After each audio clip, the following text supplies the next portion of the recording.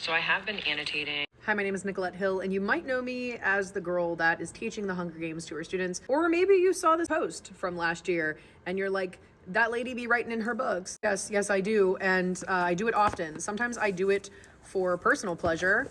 So on my first read of Sunrise on the Reaping, I went through and was annotating as I was reading. It's not something that I usually do, but because of my love for this series, I really couldn't not do it. There were so many things that I was picking up on that I just had to put pen to paper so that I could read the story without going, oh my gosh, this ties back to that.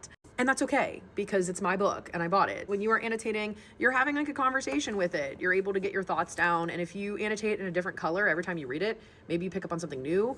Maybe you go back to something that you haven't thought about. I think that it deepens your understanding and it helps promote critical thinking. So I'm here for annotating. Yes, it can be a great tip for teachers. So this is my teaching edition and it already had to get reinforced with duct tape. Please don't judge. But when I am teaching it, there are different things that I'm wanting to point out, other questions that I'm wanting to ask, different things. So this one says like, hey Mitch, just missing his destiny.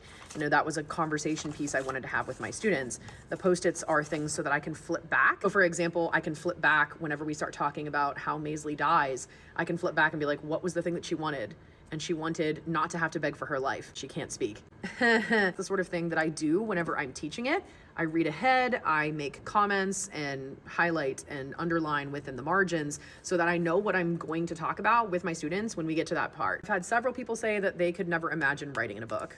I really like to, but I was an English major, so I wrote in a lot of books in my time in college. So if that sort of things bothers you, you can always use Goodreads or your Kindle app. So I was recently doing The Ballad of Songbirds and Snakes, and I have lots of thoughts. I actually tried to match it with green. I usually do that as well when I am reading a book. I try to match my highlighter and my pen to the cover of the book. It's not always successful, but I do my best. Yeah, so this is another way that you can annotate if you're wanting to get into annotating. I actually have some resources if you're ever wanting to learn to annotate. I have both an annotation masterclass and an annotation PDF. They're your books. Do whatever you want with them.